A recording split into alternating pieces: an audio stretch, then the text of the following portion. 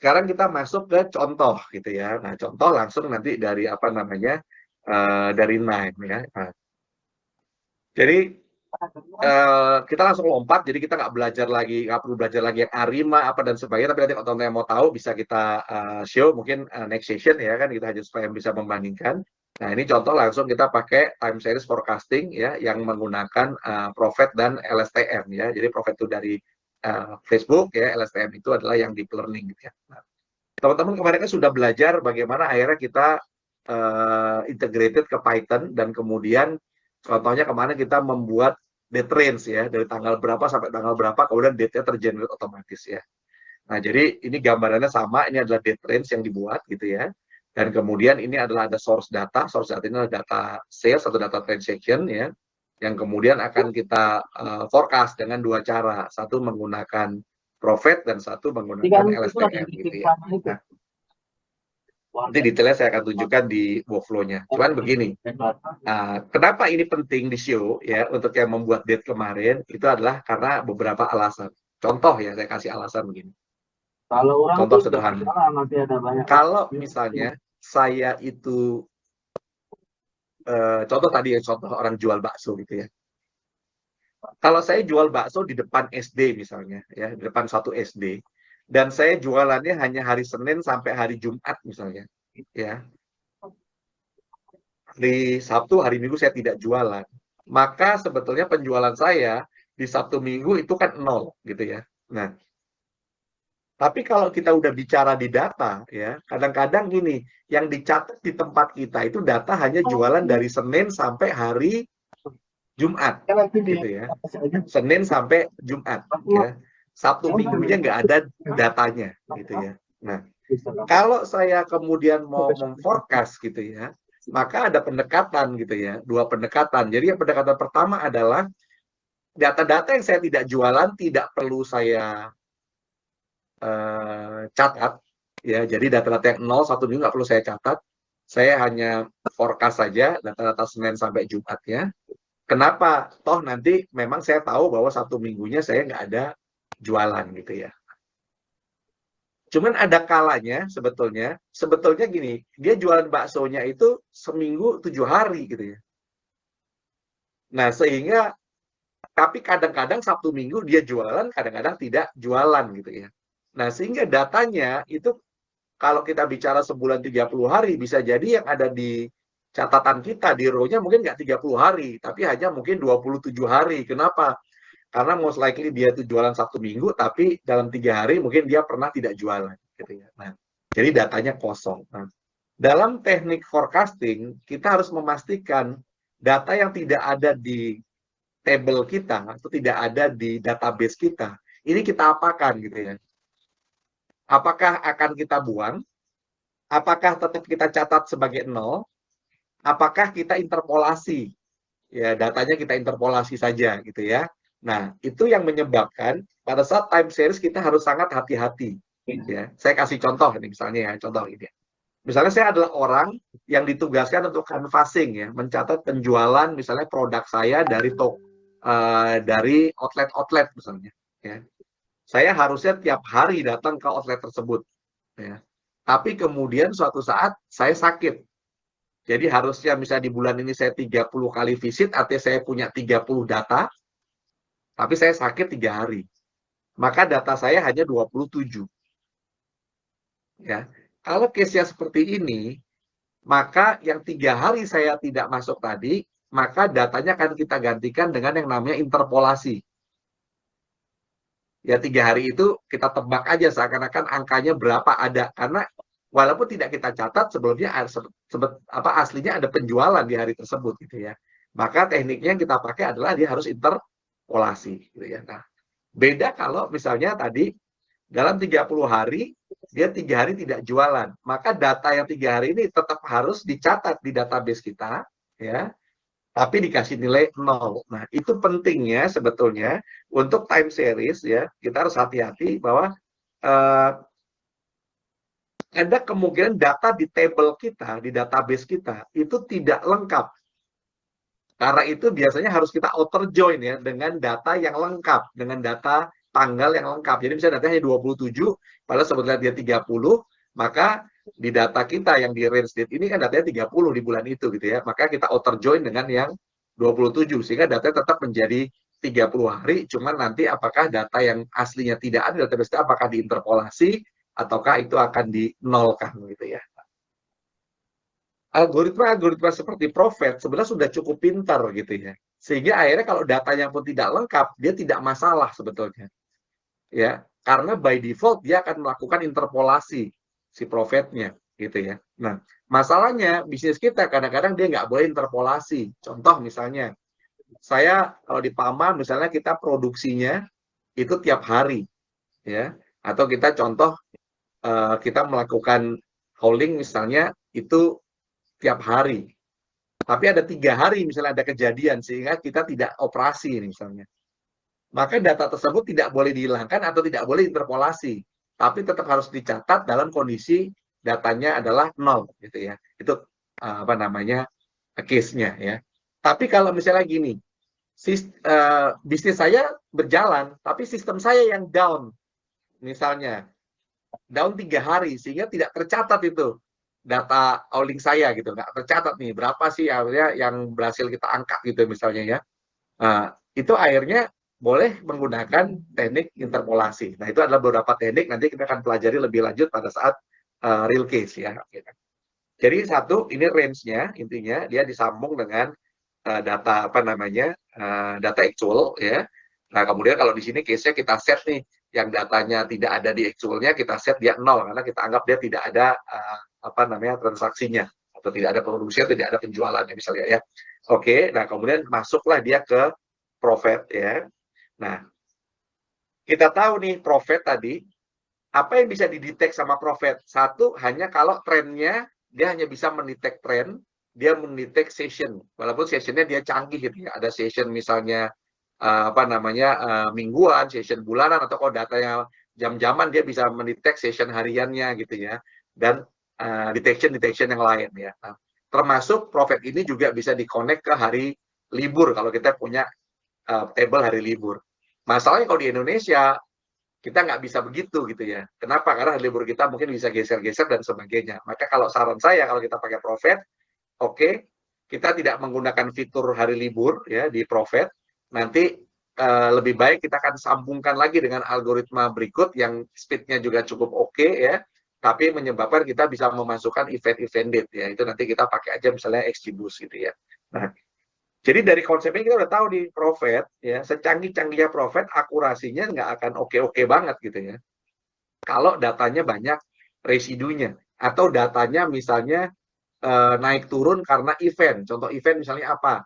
Naik turun karena ada peristiwa COVID misalnya, atau naik turun karena ada peristiwa cuti bersama, libur nasional, atau weekend ya atau kemudian mungkin awal bulan, akhir bulan, atau mungkin kalau kayak di sales, kayak kemarin ada event 10-10 gitu ya, akhirnya 10 Oktober, itu kita sebutnya ada double date gitu misalnya. Nah itu kemudian ada event-event tertentu yang menyebabkan sales kita misalnya bisa naik atau turun, atau produksi kita bisa naik, bisa turun ya. Maka kita perlu sambungkan nanti dengan database event, tapi tidak bisa dihandle di profitnya ya. Kita akan sambungkan dengan algoritma lain yang sifatnya adalah cross sectional gitu ya. Contohnya gimana? Contohnya adalah sebagai berikut ya. Jadi ini saya kasih contoh. Nah, ini apa-apa ini adalah skripnya yang dead range. Kemarin kita sudah belajar. Ini skripnya Prophet ya. Tinggal kita kopikan saja. Dan kemudian nanti kalau LSTM juga ini ada skripnya gitu ya. Coba nanti setiap kali kita mau jalankan skrip, kalau jangan lupa bahwa kita harus install dulu apa namanya library Python-nya ya yang ada di atas ini gitu ya. Nah, oke. Sekarang yang menjadi apa namanya challenge kita adalah ya apapun kalau kita bicara forecasting ya forecasting itu by default itu kita sebut sebagai prediktif. Kenapa? Karena kita menggunakan data lampau untuk mempredik kejadian ke depan gitu ya. Padahal in real case business kita sudah pelajari tadi gitu ya bahwa nggak mungkin ke depannya itu bisa di forecast ya atau nggak hampir tidak mungkin hanya dengan berdasarkan data historical. Kenapa? Karena ada kejadian-kejadian juga ke depan.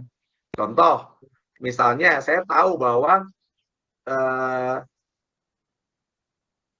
bulan ke depan saya akan menambah jumlah armada misalnya, ya, atau menambah misalnya jumlah kapasitas produksi misalnya gitu ya.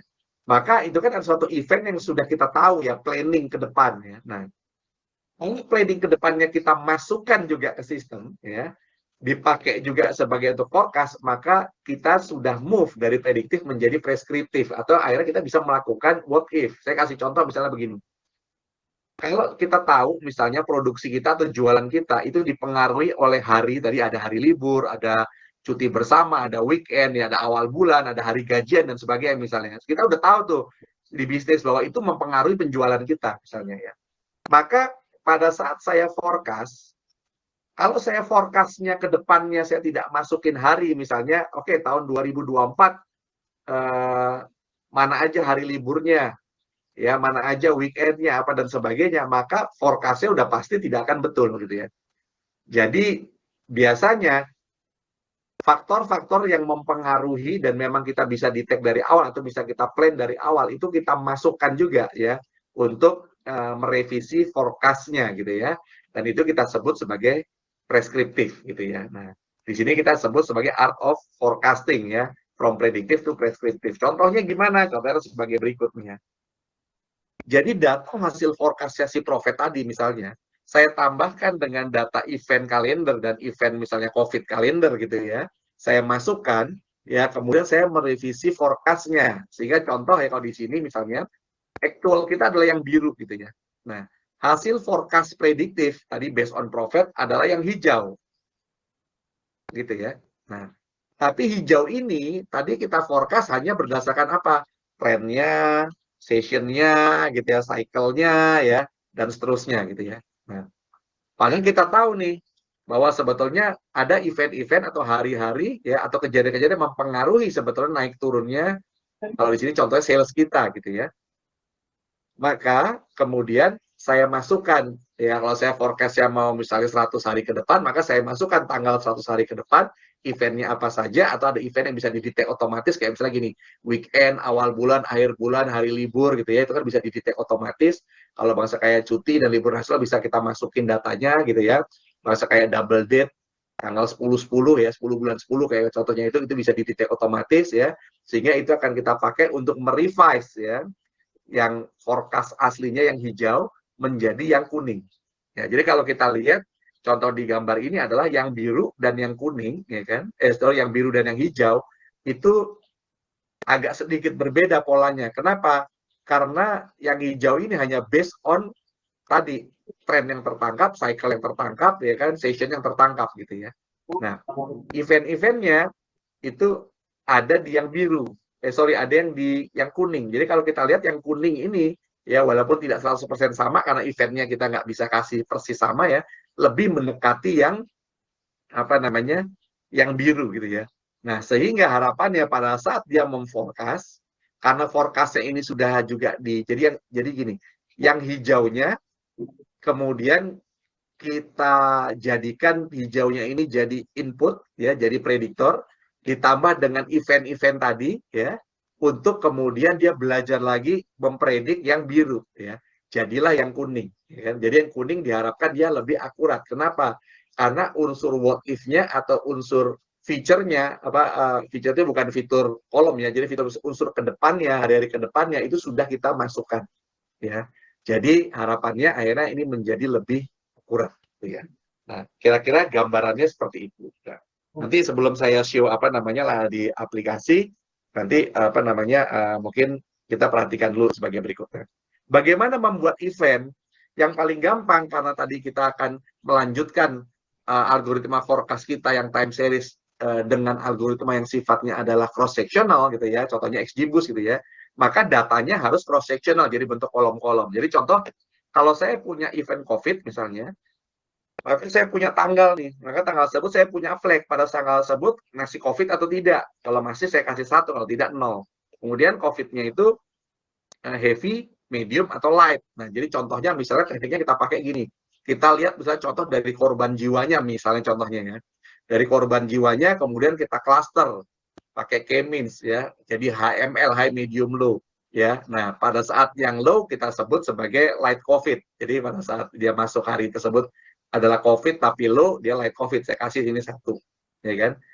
Yang medium ya itu adalah cluster yang medium, yang heavy cluster yang tadi high. Ya contoh ya misalnya, maka saya bisa punya seperti ini. Apakah dia harus 0101? Tidak gitu ya. Cuman ini untuk mempermudah aja kita buat 0101. Ini adalah untuk yang event misalnya event COVID gitu ya. Nah, nanti kalau ada event lain misalnya ya, ada event overhaul ya, atau ada event misalnya oke, ada kejadian luar biasa, pabrik kita ditutup atau site kita ditutup dan sebagainya ya, atau terjadi kejadian apa namanya yang bisa kita predik lebih dulu gitu misalnya ya, maka kita bisa buat hal yang sama ya, event-event lain gitu ya. Nah, kalau yang sifatnya kalender event itu bentuknya biasa seperti ini. Saya punya tanggal, kemudian saya di tag apakah itu special date atau tidak. Special itu maksudnya tadi kayak 10-10, 01-01 gitu ya, dan seterusnya. Apakah itu libur nasional, apakah cuti bersama, apakah dia weekend, apakah dia awal bulan, apakah akhir bulan, apakah dia libur. Libur itu adalah kombinasi dari libur nasional, cuti bersama, dan mungkin apa namanya Sabtu Minggu misalnya ya. Nah, itu yang kemudian kita set satu. Jadi kita kasih flag juga. Nah, jadi harapannya dengan adanya seperti ini, mesinnya jadi lebih pintar bekerjanya ya. Dan seperti biasa, contoh kalau kita pakai XGBoost karena kita dapat fitur importer, maka kita bisa lihat ya, apakah event-event tersebut berpengaruh atau tidak. Kalau contoh di sini ya, oh ternyata hari libur berpengaruh gitu ya kan. Nah, libur yang karena libur nasional berpengaruh, akhir bulan dia tidak pengaruh, misalnya gitu ya. Terus kemudian COVID light dia berpengaruh awal bulan dan seterusnya, misalnya begitu ya. Jadi kita bisa lihat sebenarnya event-event apa yang berpengaruh ya terhadap data kita. Oke, nah tapi sekali lagi gini ya, time series itu seringkali sulitnya apa? Karena fitur yang bisa kita lakukan umumnya itu hanya dua gitu ya, untuk apa namanya, untuk menganalisis data kita gitu ya. Pada saat datanya belum kita forecast, satu kita menggunakan table ya, jadi analisisnya dari table langsung, atau kita bisa menggunakan misalnya line chart gitu ya. Nah, ini agak sulit nih. Nah, karena itu biasanya ya kalau kita data scientist, sekali lagi kita nggak bisa terpaku sama satu tools ya. Jadi satu tools yang bisa dipakai, contohnya ada tools namanya adalah Fishplore namanya ya. Jadi Visual Explorer ya, Fishplore ya. Ini bisa kita pakai. Dan kemudian tools ini memang ada kekhususan untuk memang data science ya, untuk data science and consulting ya. Contohnya nanti bisa untuk nge-labeling ya, atau time series exploration dan sebagainya. Contohnya adalah sebagai berikut gitu ya. Jadi toolsnya ini dia sudah punya predefined dashboard, tinggal kita upload aja data kita.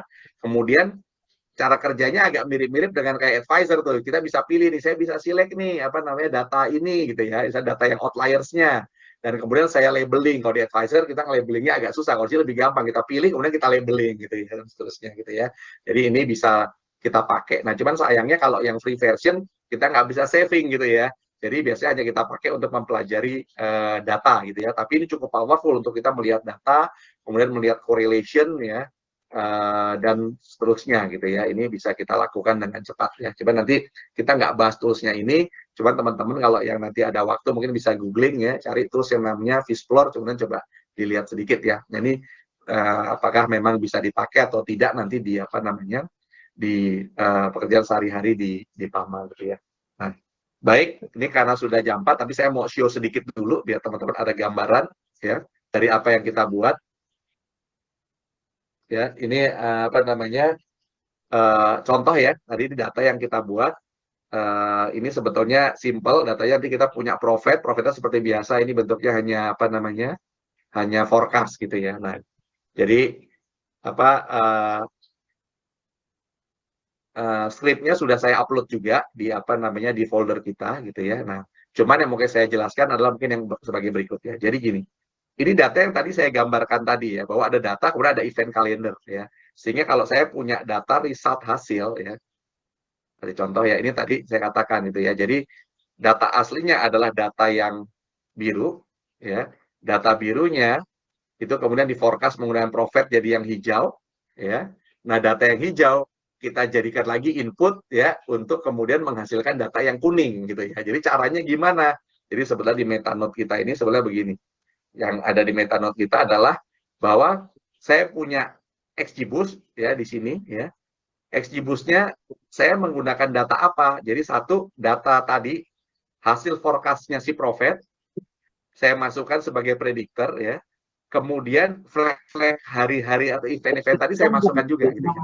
Saya pakai lagi untuk mempelajari ulang measure-nya adalah data actual kita gitu ya. Sehingga based on ini kita akan menghasilkan apa namanya result yang lebih baik ya. Sebagai contoh nih misalnya kalau kita monthly gitu misalnya ya.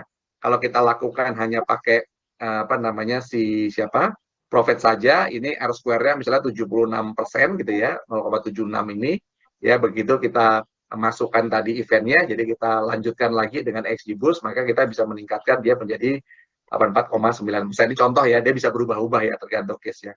Tapi contohnya dia akan selalu lebih baik. Ini contohnya untuk yang daily, misalnya dia dari 70%, kita bisa tingkatkan misalnya dari sampai ke 87% ya. Nah ini kita lakukan tanpa tuning ya, jadi hanya dengan menambahkan event gitu ya. Nah, jadi ini yang mungkin dalam beberapa session ke depan ini akan coba kita pelajari gitu ya.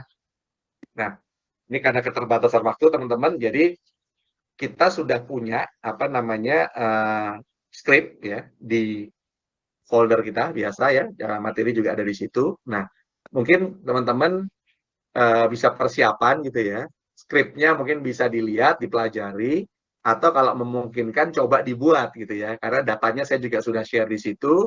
Jadi dengan data yang ada, ya kemudian bisa lihat ya, walaupun saya belum share apa namanya workflow kita, coba dengan data yang ada, kemudian dengan tadi PowerPoint coba dilihat teman-teman. Saya minta untuk nyoba itu ya. Kalau ada waktu kita nyoba apa namanya profitnya gitu ya. Nanti siapa yang bisa sudah menghasilkan result ya, maka mungkin di hari Jumat akan saya minta untuk apa namanya show ya gitu ya, apa namanya kepada teman-teman yang lain. Baik, untuk hari ini mungkin materi dari saya sekian dulu. Nah, sebelum kita tutup, kalau ada pertanyaan silahkan. Ya ini mohon maaf agak lewat sedikit waktunya. Mungkin satu pertanyaan aja. Kalau ada yang mau tanya silahkan. Apa namanya apapun ya yang berhubungan dengan time series forecasting ya. Silakan teman-teman. Atau kalau Pak Sulisno ada yang mau tanya, silakan Pak Sulisno. Coba teman-teman dulu ada yang mau bertanya.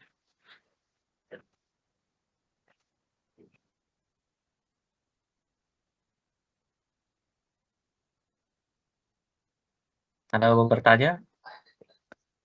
Bang Jul mau tanya Bang Jul? Pasta, silakan Pasta. Pak, kalau izin bertanya Pak Satrio. Iya, silakan. Kalau yang data hujan seperti itu baiknya pakai apa ya Pak ya supaya mendekati. Oke, jadi gini, kalau data hujan ya kan data hujan gitu misalnya ya. Kita mau predik kan apa ini ya jam kerjanya gitu kan ya kan misalnya kan ya kan jadi bisa atau tidak. Nah, itu kalau historicalnya kita sudah punya kan hujan gitu ya. Nah, ke depannya mungkin yang kita bisa masukkan adalah data-data dari ramalan cuaca misalnya gitu ya. Itu kita masukkan. Jadi intinya begini.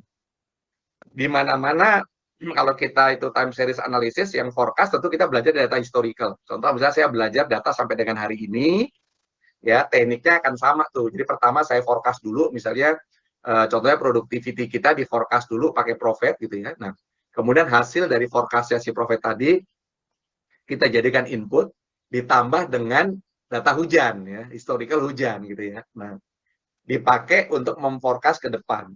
Nah, pakai misalnya XG Boost. Tapi pada saat memforecast ke depan, perkiraan hari hujannya mungkin bisa kita masukkan. Contohnya gimana sih cara buatnya? Kita buat aja table misalnya event hujan gitu ya. Hujannya kita bagi aja misalnya. Dia jadi tidak apa namanya? Hujan sedang, hujan medium atau hujan yang heavy gitu ya. Atau tidak hujan ya. Udah itu aja kita masukin dan dia sudah sebetulnya bisa memperbaiki apa namanya forecasting kita. Nah, kenapa kita lakukan itu? Karena kalau kita nggak masukin data hujan ke depannya, maka dianggap bahwa tidak hujan terus ya. Maka dianggap dia bagus terus kan begitu ya. Jadi dengan kita masukin data hujan, dia akan mengkoreksi sebetulnya result kita ya. Nah, kira-kira gambarannya seperti itu ya. Jadi intinya kita forecast dulu tanpa data hujan, keluar polanya itu hanya menangkap tadi tren, kemudian seasonality-nya ya dan sebagainya itu ketangkep resultnya. Cuman kemudian kita improve lagi dengan data historical hujan dan data perkiraan hujan ke depan. Nah, itu secara konsep seperti itu ya. Mudah-mudahan bisa apa ya, cukup terbayang gitu ya, apa yang bisa kita lakukan nanti gitu. Alhamdulillah Pak, terbayang. Terima Terbayang kasih ya, Pak. ya. Cuman harus dimasukin Pak ya forecast hujan ya, karena apa, perkiraan hujan, karena kalau nggak dimasukin jadi dianggap nggak hujan kan gitu Pak ya. Jadi malah data tadinya misalnya produksinya 10 malah jadi bisa dia naikin gitu, misalnya jadi 11. Kenapa? Karena dianggapnya tidak hujan terus nih selama misalnya 3 bulan ke depan gitu misalnya gitu ya. Nah, itu apa namanya? Kita harus hati-hati. Jadi kalau memang kita punya data historical hujan dan data perkiraan hujan ke depan, maka kita bisa menggunakan teknik yang tadi ya. Jadi pakai profit dulu, hasilnya kita pakai sebagai input untuk masuk misalnya ke XGBoost gitu ya.